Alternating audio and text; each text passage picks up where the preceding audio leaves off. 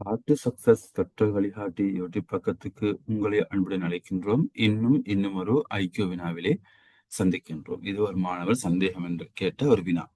சரி, இது ஒரு இரகசிய மொழியோடு சம்பந்தப்பட்ட ஒரு வினாவாக இருக்கிறது. இந்த வினாவினை எவ்வாறு இலகுவாக செய்யலாம் என்று பார்ப்போம். முதலாவது இந்த வினாவை இலகுவாக செய்வதற்கு முன்னர் இந்த வினாவினை எவ்வாறு எங்களுக்கு விளங்கிக் கொள்ள முடியும் என்று நாங்கள் பார்க்க வேண்டும். இது ஒரு வித்தியாசமான வினா. நாங்கள் இதுவரைக்கும் பார்த்த பேப்பர்களில் வந்த வினாக்கள் எவ்வாறு இருக்கும்? ஒரு சொல்ல அதாவது இரகசிய குறியீடுகளாக இலக்கங்கள் தரப்பட்டு அல்லது எழுத்துக்கள் தரப்பட்டு அதுல இருந்து கண்டுபிடிக்கக்கூடியதாக இருக்கும். இங்க ஒரு வசனம் தருகிறாங்க. இப்ப டுடே பாசிட்டிவ் டீசன்ட் பவுண்ட் வாசிக்க தெரிய தேவையில்லை. இப்படி சொல் தரப்பட்டால் அதனுடைய இரகசிய மொழி இவ்வாறு தரப்படுகிறதாம். அப்ப நாங்க இதை எப்படி கண்டுபிடிக்கிறது? இதுல எங்களுக்கு சொல்ல இல்லாத டுடே என்றால் இந்த எட் சிக்ஸ் பாசிட்டிவ்னு சொன்னா எட் சிக்ஸ் அப்படின்னு சொல்லலாம். மாறி மாறி வரலாம். ஆகவே நாங்க முதல்ல கண்டுபிடிக்க எப்படி? இப்ப எழுத்துக்களை வச்சு கொண்டோ அல்லது சொற்கள் அமைப்புகளை வச்சு கண்டுபிடிக்கக்கூடிய எந்த ஒழுங்கும் இல்லை. என் இரகசிய மொழி இது ஒரு குறியீடு, ஒரு இலக்கம், ஒரு எழுத்து. சோ நான் என்ன செய்யறேன்னு சொன்னா, நான் முதலாவது எழுத்துக்கள் எண்ணி பார்க்கிறேன். இங்க 5 எழுத்துக்கள் இருக்குது. இங்க எத்தனை 3, 5, 8 எழுத்துக்கள் இருக்குது. இங்க 6 எழுத்துக்கள் இருக்குது. இங்க 5 எழுத்துக்கள் இருக்குது. எழுத்துக்களை பார்த்துட்டு ஆனா இங்க வருது 6, 6, 7, 5. இல்ல எனக்கு ஒண்ணு தெளிவாகுது. இங்க 6 2 முறை வந்திருக்குது. அப்ப 5 எழுத்துக்கள் உள்ள பகுதிக்கு 6ன்னு போடுறாங்க. சரியா?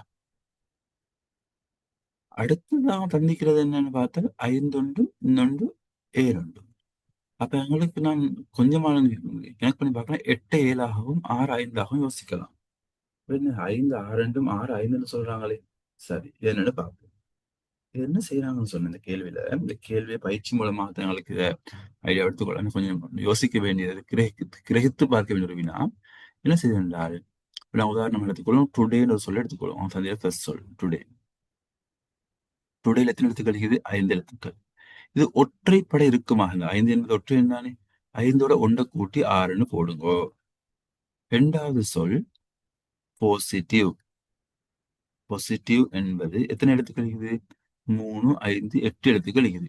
8ஓட 1 கூட்டி இரட்டை எண்ணாக வருகின்ற போது அது கழிச்சு 8ல 1 போனா 7.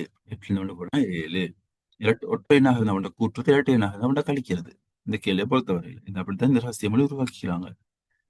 டீசன்ட் என்று சொல்ல இத்தனை 6 எழுத்துக்கள் இருக்குது. 6 என்பது இரட்டை. அப்போ ஒன்றை கழிக்கிறது. கழித்தா 6ல 1 போனா 5. அந்த வசனத்துல கடைசி சொல் பவுண்ட்.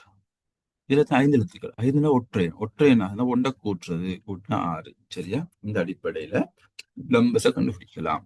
ஒற்றை எண்ணாக இருந்தா ஒன்றை கூட்டுறது, இரட்டை எண்ணாக இருந்தா ஒன்றை கழிக்கிறது. சரி, அடுத்தது எழுத்துக்கள் போட்டிருக்காங்க தானே, அதை பார்ப்போம் எப்படி செய்யறாங்க.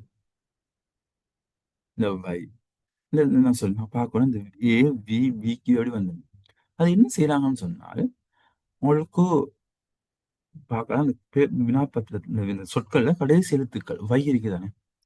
ஆங்கில எழுத்து ஆங்கில எழுத்துப்படி ஓடுற உங்களுக்கு சரியாக தெரியும். அதனால ரிவர்ஸ்ல பார்க்க வேண்டி வருது இந்த கேள்வி. வைன்னு எடுத்துக்கொண்டோம் என்றால் வைக்கு முன்னுக்கு வரக்கூடிய 2 எழுத்துக்கள் என்ன? வைக்கு முன்னுக்கு வரக்கூடிய 2 எழுத்துக்கள் வைக்கு முன்னுக்கு வரக்கூடிய 2 எழுத்துக்கள் டபிள்யூ எக்ஸ். டபிள்யூ எக்ஸ் வை. அப்ப டபிள்யூக்கு முன்னுக்கு வரக்கூடிய எழுத்து எது? டபிள்யூக்கு முன்னுக்கு வரக்கூடிய எழுத்து வி. வி, அந்த வி இங்க எழுத்துல வந்தது. அதே மாதிரி பாசிட்டிவோட கடைசி எழுத்து இ. ஈக்கு முன்னுக்கு வரக்கூடிய 2 எழுத்துக்கள் என்ன? ஈக்கு முன்னுக்கு வரக்கூடிய 2 எழுத்துக்கள் ஈக்கு முன்னுக்கு வரக்கூடிய 2 எழுத்துக்கள் பாத்தீங்கன்னு சொன்னா அது சிம்பிள், எங்களுக்கு தெரியும். D C. அவங்க மாத்திடலாம். சிடின்னு எழுதலாம். C D. இப்ப சிக்கு முன்னுக்கு வரக்கூடிய எழுத்து எது? சிக்கு முன்னுக்கு வரக்கூடிய எழுத்து பி. இந்த எழுத்து கேபிட்டல்ல போடுறாங்க பி. சரியா? அடுத்தது இதுல பாத்தீங்கன்னு சொன்னால் எது வரும்? டி. டீக்குரிய டீக்கு முன்னுக்கு வரக்கூடிய எழுத்துக்கள் எதுன்னு பாத்தீங்கன்னு சொன்னா ஆங்கில அது உங்களுக்கு கஷ்டம் சொன்னீங்க. ஏ முதல் இது வரை எழுதி வச்சுக்கணும் பேப்பர்ல நம்ம இடத்துல எழுதி வச்சுக்கொண்டு டீக்கு முன்னுக்கு வரக்கூடிய எழுத்துக்கள் எடுத்தீங்கன்னு பார்த்தால் ஆர் எஸ். ஆகவே ஆருக்கு முன்னுக்கு வரக்கூடிய எழுத்து கியூ. இறுதியாக டி எடுத்துக்கொண்டோம்னு சொன்னால் டிக்கு முன்னுக்கு வரக்கூடிய எழுத்துக்கள் எது? சியும் பியும். ஆகவே பிக்கு முன்னுக்கு வரக்கூடிய எழுத்து பி, சி. அதுக்கு முன்னுக்கு வரக்கூடிய எழுத்து ஏ. சரி பாருங்க, பாருங்க. இப்ப நான் உங்களுக்கு வேற நேரத்தில் காட்டுறேன். சரியா? 6V இருக்குதா? 6V இருக்குது பாருங்க. அடுத்தது 7B. 7B இருக்குதா? இருக்குது. 5K இருக்குதா? 5K இருக்குது. 6A இருக்குதா? இருக்குது. ஆகவே கண்டுபிடிச்சிட்டோம். இப்ப நாம குறியீடு கண்டுபிடிக்கணும். குறியீடை பார்ப்போம் எப்படி செய்யணும் சொல்லிட்டு. குறியீடு கண்டுபிடிப்பதற்கான வழி என்னன்னு சொன்னா, குறியீடு எத்தனை குறியீடு இருக்குது மொத்தமாக இந்த சார்ட்ல? இந்த சார்ட்ல 4 குறியீடு இருக்குது. ஒன்று எட், அடுத்து என், ஹேஷ், ஸ்டார், 4 குறியீடு இருக்குது. சரி. இப்ப எனக்கு தெரியும் சில ஒரு விடயம் என்னன்னு சொன்னா, இந்த 6Aன்னு சொல்றது, 6Aன்னு சொல்றது பவுண்ட் சொல்ல குறிக்கும். பவுண்ட் சொன்னா எட், இந்த எட்ல இதுல இருந்தா பவுண்ட் வரணும். சரியா? அதே மாதிரி செவன், 7Bன்னு சொல்றது என், என் வருது. அப்ப 7Bன்னு சொல்றது நிச்சயமா பாசிட்டிவ். பாசிட்டிவ் சொல்லியிருந்ததுனால் என் வரணும். அப்ப இது எப்படி கண்டுபிடிக்கிறாங்கன்னு பா. இதுல இந்த டுடேன்னு சொல்லல எத்தனை அவங்களுக்கு தெரியும் ஆங்கில உயிரெழுத்துக்கள் எனக்கு தெரியும். ஏ, இ, ஐ, ஓ, யு. இது ஆங்கில உயிரெழுத்துக்கள். இதுல ஆங்கில உயிரெழுத்துக்கள் எத்தனை இருக்குது? ஓ ஒன்று இருக்குது, ஏ ஒன்று இருக்குது, ரெண்டு இருக்குது இல்லையா? ரெண்டு இருக்குது. ரெண்டு இருக்கக்கூடிய இந்த சொல்லுக்கு ரெண்டு ஆங்கில உயிரெழுத்துக்கள் இருக்கின்ற சந்தர்ப்பத்துல எட் போட்டிக்கிறாங்க பாருங்க. எட் போட்டிக்கிறாங்க. 6V. இதுலயும் ஆங்கில உயிரெழுத்துக்கள் ரெண்டு இருக்குது. ஆகவே ரெண்டு இருக்கிறதுக்கு எட் போட்டிக்கிறாங்க. எத்தனை இதெல்லாம் அடுத்து இதுதான் பார்க்கணும் கவனமாக. என்ன பாருங்க, ஒன்று இரண்டு, சரி, ஒன்று இரண்டு மூணு நான்கு இருக்கும். நான்கு ஆங்கில உயிரெழுத்துக்கள் இருக்கிற சந்தர்ப்பத்துல தான் எதை பாவிச்சாங்க? என்ன பாவிச்சாங்க? சரி, நாங்கள் எழுதி கொள்வோம் அது. ஆங்கில உயிரெழுத்துக்கள் ரெண்டு இருக்கின்ற சந்தர்ப்பத்துல எட் பாவிக்கிறாங்க. ஆங்கில உயிரெழுத்துக்கள் நான்கு இருக்கிற சந்தர்ப்பத்துல என்ன பாவிக்கிறாங்க அப்படின்னு ஒன்றும் மூணு பார்த்தா சரி அப்படின்னு எடுத்துக்கொள்வோம். சரி. இப்ப இன்னொரு அடையாளத்தில் இப்போ கடைசி வசனத்துக்கு வாங்கல. இதுல எத்தனை அவங்களுக்கு தெரியும்? அங்க ரெண்டு உயிரெழுத்துக்கள் இருக்குது. உதாரணமாக உங்களுக்கு சொல்லலாம், அதை தெளிவாக சொல்லலாம்.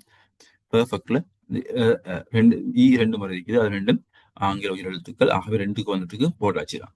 அடுத்துகளை பாருங்க. பிக்சர்ல ஒன்று யூ, ரெண்டு மூணு, மூணு இருக்குது. இதுலயும் ஒன்று இரண்டு மூணு இருக்குது. ஒன்று இரண்டு மூணு உயிரெழுத்துக்கள் இருக்குது. மூணு வவல்ஸ் இருக்குது. மூணு வவல்ஸ் இருந்தால் அப்ப ஹேஷ் அடையாளம் பாவிக்கிறாங்க. மூணு அடையாளம் ஹேஷ் பாவிக்கிறாங்க. அப்படின்னு நீங்க பார்க்கின்ற போது இந்த ரெண்டாவது சொல்ல மட்டும் ஒரு அடையாளம் பண்ணிக்குது, ஸ்டார் அடையாளம் பண்ணிக்குது. ஸ்டார் என்னவாகும் பாருங்க. இதுல எட்னா ரெண்டு தெரியும், ஹேஷ்னா மூணு தெரியும். அப்ப இதுல பாருங்க, ஒன்று ரெண்டு மூணு, மூணுன்னு சொன்னா எங்களுக்கு தெரியும் இது ஹேஷ். இதுலயும் ஒன்று இரண்டு, இரண்டு சொன்னா எட்டு. டெய்லியில அதுலயும் ரெண்டு இருக்குது, ரெண்டுன்னு சொன்னா எனக்கு தெரியும் எட்டு. அப்ப கடைசி அவன் பாட்டில ஒரே ஒரு வகல் தான் இருக்குது. ஒரே ஒரு வகல் இருந்துன்னு சொன்னால் அது ஸ்டார் அடையாளத்தை குறிக்கிறது. இவ்வளவுதான் ரகசியம். இந்த விளக்கத்தோடு நான் கேள்விக்கு போவோம். கேள்விக்கு போவோம். கேள்வியில முதலாவது கேள்வி கேட்கிறாங்க, பிக்னிக் டைம் என்பது எவ்வாறு எழுதப்படும்? அப்ப நீங்க என்ன செய்யுங்கன்னா பிக்னிக்னு சொல்ல மட்டும் எடுத்துக்கொள்வோம். பிக்னிக். இங்க எத்தனை எழுத்துக்கள் இருக்குது? 6 எழுத்துக்கள். 6 எழுத்துக்கள் இரட்டையும். இரட்டைன்னா ஒன்றை கழிக்கோ, இரட்டைன்னு சொன்னா ஒன்றை கழிக்கணும். கழிச்சா 5 வரணும். 5 நம்பர் இருக்குதா? எஸ் இருக்குது, இருக்குது. இது வராது விடையா? சரி, அடுத்தது பார்ப்போம். கடைசி எழுத்து என்ன? சி. சிக்கு முன்னுக்குள்ள ஆங்கில எழுத்துக்கள் ஏயும் பியும். இப்போ ஏக்கு முன்னுக்குரிய ஆங்கில எழுத்து போடணும். நாங்க ஏக்கு முன்னுக்குரிய ஆங்கில எழுத்து என்ன? அப்படி ஒன்று இல்லை. அப்படி போடணும்னாலும் எனக்கு ஒரே ஒரு ஆப்ஷன் இல்லை, செட் தான் போடணும்.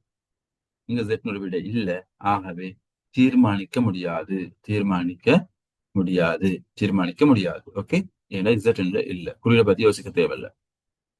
அடுத்த கேள்வி, அடுத்த கேள்வி வருவோம். எட் 5V-னால் குறிக்கப்படுவது. 5 சொன்னால் எங்களுக்கு தெரியும். 5 சொன்னால் அங்க 6 எழுத்துக்கள் இருக்கணும். 5 6 1. இதுலயும் 6 எழுத்துக்கள், 6 எழுத்துக்கள் இது. இதுல 7 எழுத்துக்கள், இது வராது. அப்ப முதலாவது, இரண்டாவது, நாலாவது சான்ஸ் இருக்கு. பி எடுத்துக்கொண்டோம்னு சொன்னால் விக்கு முன்னுக்குள்ள ஆங்கில எழுத்துக்கள் என்ன? ஆங்கில எழுத்துக்கள் சாரி, பி வரணும்னு சொன்னால் நாங்க விக்கு முன்னுக்கு பார்க்கல, விக்கு பிறகு தான் பார்க்கணும். ஏன்னா இது வந்து இரகசிய மொழியில இருந்து பார்க்கிறோம். ஆகவே விக்கு பிறகு வரக்கூடிய எழுத்துக்கள் டபிள்யூவும் எக்ஸும். அப்ப என்ன எழுத்தாக வரையிலும் அது வை வந்திருக்கணும். அப்ப வையுடைய இரகசிய மொழி தான் வி. சரிதானே? வையுடைய ரகசிய மொழி தான் வி. நான் ஏற்கனவே பார்த்திருக்கோம். வையுடைய ரகசிய மொழி வி. வையுடைய ரகசிய மொழி வி. ஆகவே வீல வரக்கூடிய, சாரி, வைல வரக்கூடிய வழிகள் தான் எல்லாமே இருக்குது. ஆகவே அதிலிருந்து இந்த முடிவுக்கும் வர முடியாது. எந்த முடிவுக்கும் வர முடியாது. இப்ப நான் குறியீட்டை பார்ப்போம். குறியீட்டை பார்த்தோம்னு சொன்னால் இங்க வந்து எட்டுன்னு வந்திருக்குது இல்லையா? எட்டுல வந்து பாருங்க, எட்டுன்னு சொன்னால் ரெண்டு வரணும். எட்டுன்னு சொன்னால் ரெண்டு வரணும். இதுலயும் ஒன்று இரண்டு வவல் செய்யும்.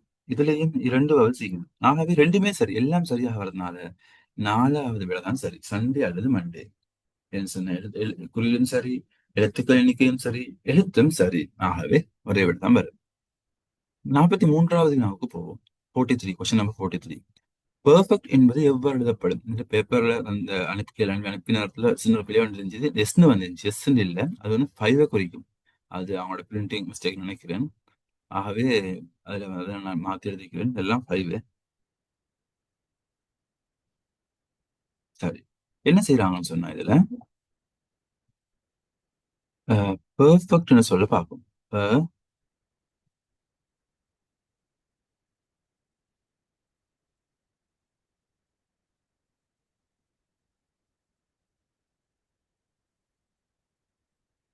பெர்ஃபெக்ட். இந்த பெர்ஃபெக்ட்னு சொல்லல, இந்த பெர்ஃபெக்ட்னு சொல்லல எத்தனை எழுத்துக்கள் இது?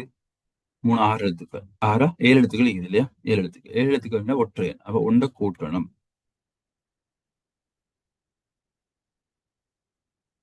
ஒண்ட கூட்டணும்.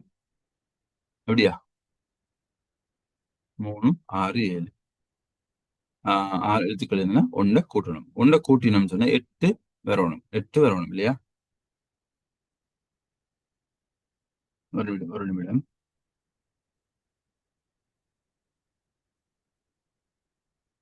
மன்னிக்கவும். இது வந்து நான் அந்த ஆரம்பத்தில் நான் உங்களுக்கு சொன்ன விஷயம் தான். இது வந்து விடைகள்ல நான் இப்போ ஒரிஜினல் பேப்பரை பார்த்தேன்.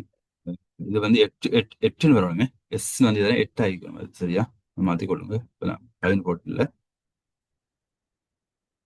இது வந்து 8, 8, 8, 8. சரியா? எட்டுன்னு வரணும். சரியா? ஓகே. இதுவும் தான். இதெல்லாம் எட்டுன்னு வரணும்.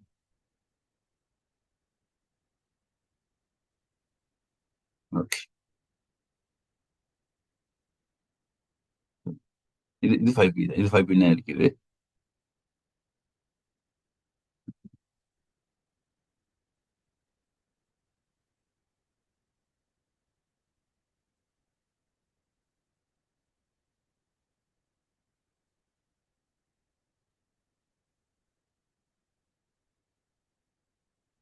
இந்த கல்வி இருக்குது. சரியா? இப்படிதான் பேப்பர். ஓகே. சரி, நான் பார்ப்போம் இதுல. இப்ப நான் பார்த்து கொண்டிருந்தபடி பெர்ஃபெக்ட்னு சொல்லி 7 எழுத்துக்கள் இது. அப்ப 7ஓட 7 ஒற்றையன். ஒற்றையோட ஒன்றை கூட்டி வர்றது 8. 8 வரணும். அப்ப 8 எழுத்துக்கள் வரக்கூடிய விட 3 விடை இருக்குது. சரி, அப்ப அதை வச்சுக்கொண்டு நான் அடுத்த ஸ்டெப் போவோம். எழுத்து என்ன? டி. டீக்கு முன்னுக்குள்ள ஆங்கில எழுத்து என்ன? டீக்கு முன்னுக்குள்ள ஆங்கில எழுத்துக்கள் ரெண்டு. R S T. R S T. அப்ப ஆறுக்கு முன்னுக்கு வர வேண்டிய எழுத்து, ஆறுக்கு முன்னுக்கு வர ஏற்கனவே பார்த்திருக்கிறோம் இல்லையா? ஆறுக்கு முன்னுக்கு வரக்கூடிய எழுத்து கியூ. ஆறுக்கு முன்னுக்கு வரக்கூடிய எழுத்து கியூ. இங்க பார்த்திருக்கிறோம் கியூ. அதை திரும்ப எழுத்த நாங்க பார்த்துட்டு நம்ம உங்களுக்கு கியூ. அப்ப 8 கியூன்னு வரணும். 8 கியூன்னு வரக்கூடிய ஒரு விடை. குறியீடை பத்தி யோசிக்கவே தேவையில்லை. 8 கியூன்னு வரக்கூடிய ஒரு விடை 4வது விடை. சரி, அடுத்து நெகட்டிவ் வேர்ட் எவ்வாறு எழுதப்படும்? நாங்க என்ன செய்யணும்? டிரெக்டாக சொல்லுங்க போயிட்டணும். சும்மா யோசிக்கிறது இல்லை. நெகட்டிவ் எழுதணும். நெகட்டிவ்னு சொல்ல எத்தனை எழுத்துக்கள் இருக்குன்னு பாருங்க. Negative, negative. 3, 5, 8 எழுத்துக்கள் இருக்குது இல்லையா? 3, 5, 8 எழுத்துக்கள். இரட்டை எண்ணாக இருந்தால் ஒன்றை கழிக்கணும். கழிச்ச 7 வரணும். இப்ப 7 வரணும். 7 வரக்கூடிய விட 2 இருக்குது. இந்த விடையும் வராது, இந்த விடையும் வராது. 7 வரக்கூடிய விட 2 இருக்குது. அடுத்து கடைசி எழுத்து என்ன? இ. கடைசி எழுத்து ஈயாக இருந்தால் வரக்கூடிய சொல் வந்து பி வரணும். இதுல ரெண்டுலயுமே 7 பி தான் இருக்குது. அப்ப குறியீட்டை பார்ப்போம். அப்ப இதுல வந்து வவல்ஸ் வந்து ஒரு வவல்ஸ் இ, அடுத்து ஏ, அடுத்து ஐ. நான்கு வவல்ஸ் இருக்குது. நான்கு வவல்ஸ் இருந்தா என்ன வரணும்? என் வரணும். என் வரணும். அப்ப எல்லாமே சரியா தான் இருக்குது. நெகட்டிவ். அப்ப நெகட்டிவ்னு சொல்லி இருந்து கண்டுபிடிக்க இயலாது. அடுத்து பார்ப்போம் வேர்ல்டுன்னு சொல்ல பார்ப்போம். அப்ப உங்களுக்கு தெரியும் 2 விடை இருக்கிறதுனால நான் அடுத்த சொல்ல பார்க்கிறோம். வேர்ல்ட். வேர்ல்ட்ல வந்து 5 எழுத்துக்கள் இருக்கிறதுனால 5 சக 1 6. 6 வரணும். அப்ப 6 வரக்கூடிய இது வந்து 5ன்னு வந்தது. அது பொருத்தம் இல்ல. ஆகவே இதுதான் விட. 6ன்னு வர்றது. இறுதி வினா ஹேஷ் 5 என குறிக்கப்படுவது. 5 தந்திருந்தாங்கன்னு சொன்னா விலையும் கொள்ளணுமாங்க. அங்க 6 எழுத்துக்கள் இருந்து 1 கழிக்கப்பட்டு 5 வந்திருக்குது. ஆகவே 6 எழுத்துக்கள் உள்ளதாக இருக்க வேண்டும். இது வந்து 7 எழுத்துக்கள் வராது. இது வந்து 3, 5, 7 எழுத்துக்கள் வராது. இது வந்து 3, 6, 7 எழுத்துக்கள் வராது. இது 6 எழுத்துக்கள். இப்படித்தான் விட. 4வது விட. சரியா? 4வது விட. 4வது விடையைத்தான் அவங்க சொல்றாங்க. ஒரு நிமிடம் கேள்வி இருக்கணும். சரிவா நீ பார்த்துக்கொள்றேன். ஆகவே இந்த வினா ஒரு வித்தியாசமான வினா. இதுக்கு நிச்சயமாக பயிற்சி இல்லாமல் போனால் எங்களுக்கு செய்ய முடியாது. ஆகவே ஹேஷ் 5Pன்னு தந்திருக்கிறாங்க பேப்பர்ல. ஹேஷ் 5Pன்னு சொன்ன ஒரு முழுமையாக காட்டிக்கொள்றேன்.